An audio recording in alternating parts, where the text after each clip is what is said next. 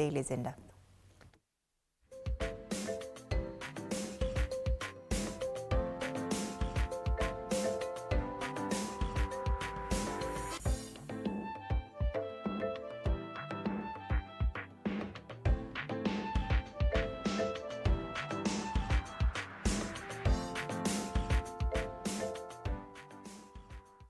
All right, and we start off with the standard Ruto reality check.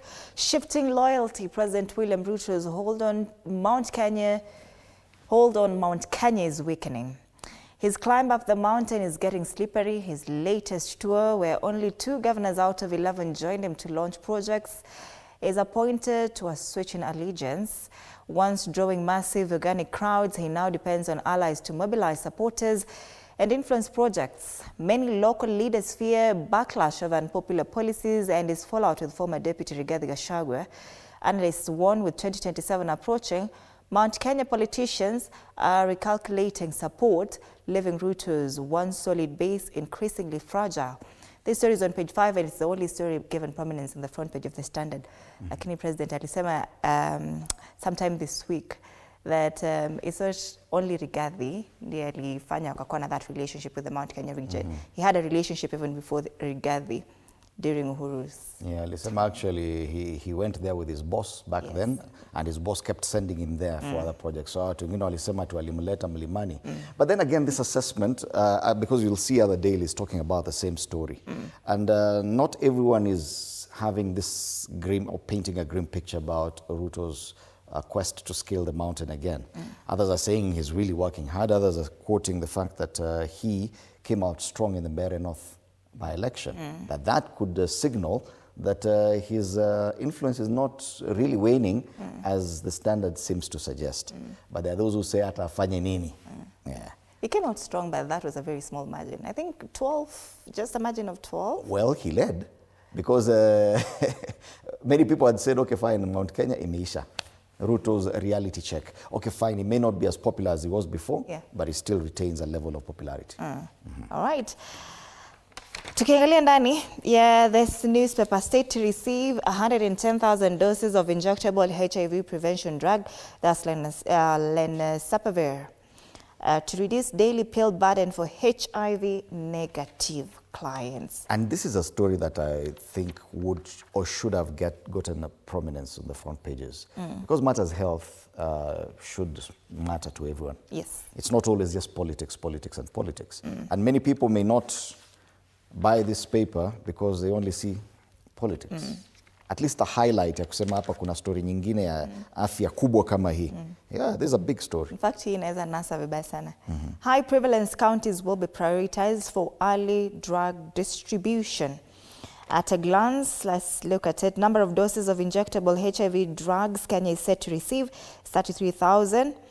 99% is the efficacy of injectable lenacapavir in preventing HIV transmission, and the cost is $60. That's about 7,736. That is the cost of a single dose of lenacapavir. Now, this is administered twice a year, 6 months each. Yes.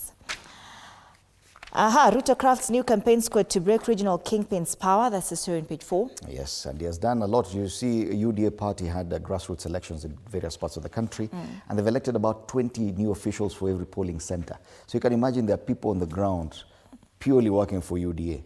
Not many parties have done that. Because this story is also inside the Standard. On the back page, Chelsea face Arsenal with injury doubts clouding cup clash. Palmer and James are both pivotal to Chelsea's ambitions, and Rossinior's arrival at Stamford Bridge marks a new era. That's the Standard. AFCON imeisha ama ilikuwa inaisha? AFCON wametake break. Najua walikuwa wanafanya semi-finals. Iko hapa ndani leo kuna semi-final between Senegal and Egypt and Morocco and Nigeria. These are big ones. These are big stories, and then tomorrow they have the third, I think Friday they have the third place playoff before the final on Saturday. So definitely, today is a big AFCON day. So that's the Standard. Siasa pia kwenye ukurasa wa mbele wa Taifa Leo, ajipanga upya kuteka mlima. Rais Ruto apata nguvu mpya. So unaona hao wanasema kuna nguvu mpya. Wala wanasema ati reality check.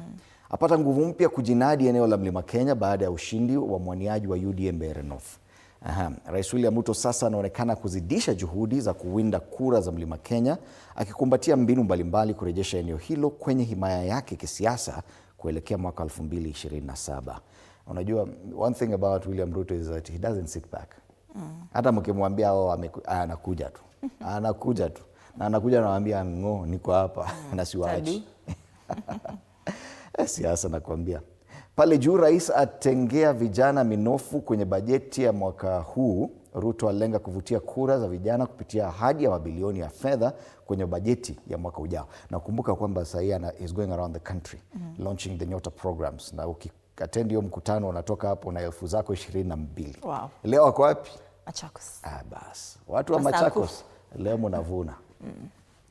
Ni mguni ponye AFCON. Wanne bora Senegal na Misri kufungua awamu ya nusu finali leo jioni kule Morocco. Baadaye itakuwa ni Morocco na Nigeria. Pale chini Uganda sasa kuzima interneti.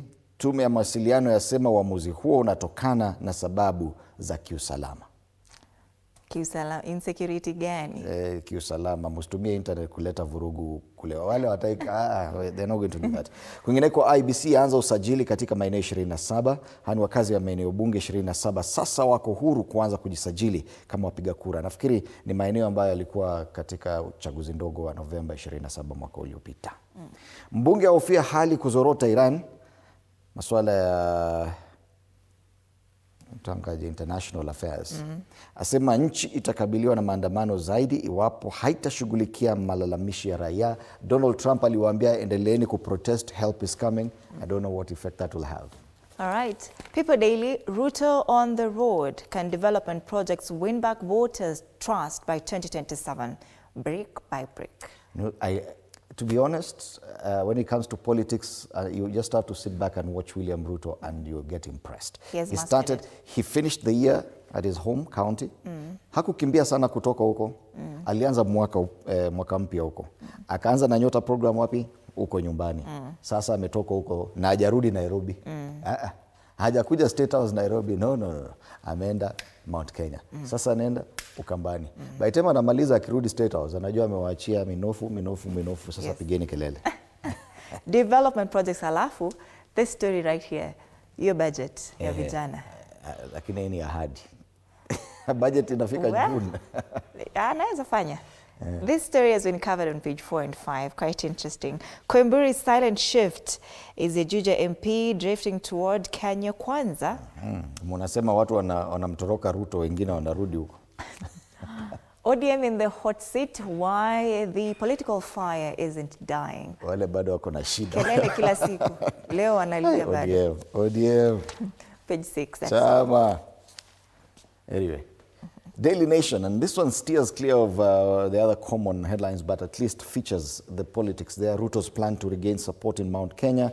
That's just a highlight, and the story starts from there, but the main story is on page 10. The big story on the front page has to do with a scandal. States 39 billion shilling legal fees scam. Law Society of Kenya president backs advocates' fees as lawyers head to the polls next month, but a court order barring public agencies from hiring private law firms has revived the debate on huge legal fees that the government incurs despite employing state lawyers. Because under the Attorney General's office, it's a big office, Sharia House, where all the legal representation the government needs is located. But the government and different counties continue hiring private lawyers, and they pay top dollar for it. And now they've taken a look at some of the counties that have paid law firms or are owing law firms money. Leading, of course, is Nairobi, which owes law firms 21.3 billion shillings. That is way more than even the budget allocation for Nairobi County. Yeah, this year. 21 billion shillings. That's a lot of money. Wengine kama Lamu washafikisha milioni 6. Ngine kama Kilifi, nakumbuka kulikuwa na shida nyingi sana kule Kilifi, na lakini siwaoni hapa, but quite a number of counties owe millions or billions of money. HELB funding strain as more learners qualify for university. Now this is a good problem, a positive one. Watoto wanapita mtihani sawa sawa wanaenda university. Sasa HELB is struggling to actually give them money. Yeah.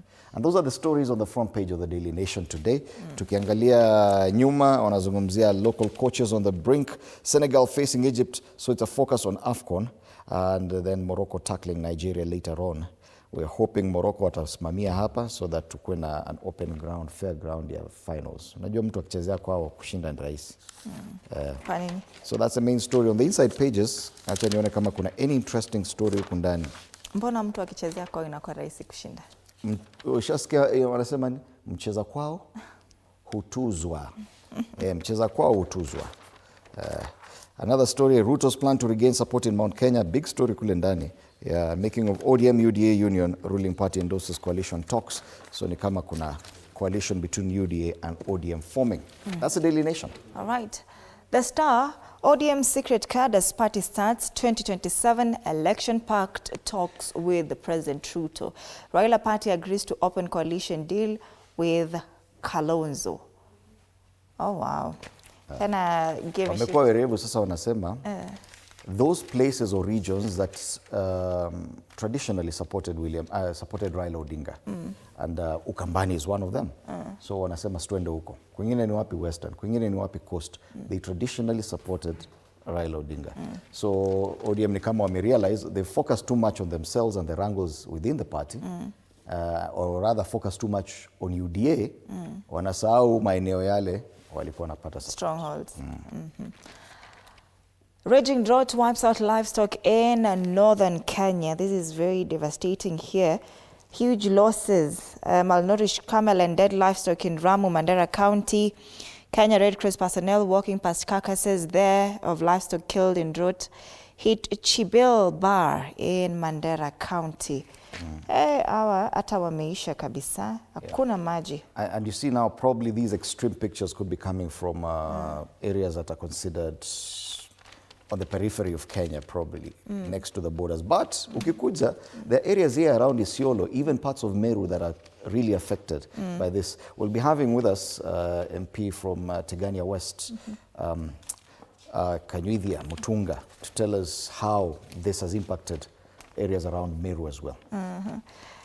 Jaribu kuangalia wameikava in what page ndio tuangalie zaidi.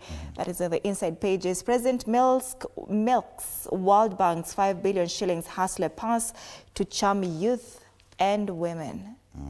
Youth and women. Ndio, uliona akibeba mtoto mdogo kule Nyeri.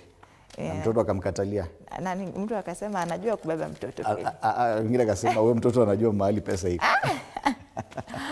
Interesting. On the kule juu, top strip. Matter Sports, Nigeria, Morocco, Senegal, Egypt battle to AFCON final slot, and MPs challenge Mbadi and Safaricom sale, and they seek assurance on job losses. That's another interesting story on page 2. That's the Star. Finally, Matters Business, Business Daily. Telcos face higher fines as Communications Authority sets service quality at 90%. So these firms, including Safaricom, Airtel and Telcom Kenya, they now face higher penalties if a proposal by the industry regulator to raise the levy's quality threshold to 90% and introduce county levy assessment is approved. It's a nice thing. Regulator increases compliance threshold. So unajua ilikuanga ni 50-50, sengine ukipiga simu inaweza enda through ikose. So it has to be 90% has to go through. Na ikishindwa kuna penalty. This will improve the quality of services you receive. So this is a proposed framework which will also introduce county level assessments. At least this paper has focused or given a bit of space on the front page to what is happening in Uganda with the elections. So they say jitters hit Kenya cross-border traders as Uganda heads to the ballot on Thursday. Some traders in Kenya are anticipating losses from supply chain disruptions in the next few days as Uganda heads to the general election tomorrow. Of course, hata hakuna internet, so hata getting contact ya wanunuzi wale, if at all your clientele is in Uganda, hawapatikani. Ngojea wapiga kura na isabiwe. Lakini sasa hata kama wewe ni Mkenya ukipatwa kule Uganda, utasema unafanya nini? Utaenda kwa fridge. Wa Kenya. All right, on the ticker, Kenya investments fall amid tight global capital flows. Elsewhere, minority EABL investors lose 12 billion shilling paper gain. And central bank's Jan bond sale hit by a system glitch. These are some of the highlights, business related, on the Business Daily. All right. Once again, for State of the Nation, in a few minutes' time, we'll be having these three legislators in studio. MP KSS Julius Ruto, MP Tigania West Dr. John Kanyuithia Mutunga, and Senator Moranga Joe Nyotos. Do stand by for that conversation. After that, matters of the heart, money, power for men, freedom for women. Do you agree? Talk to us on our socials. Tukiangalia caricature. We start off in Uganda.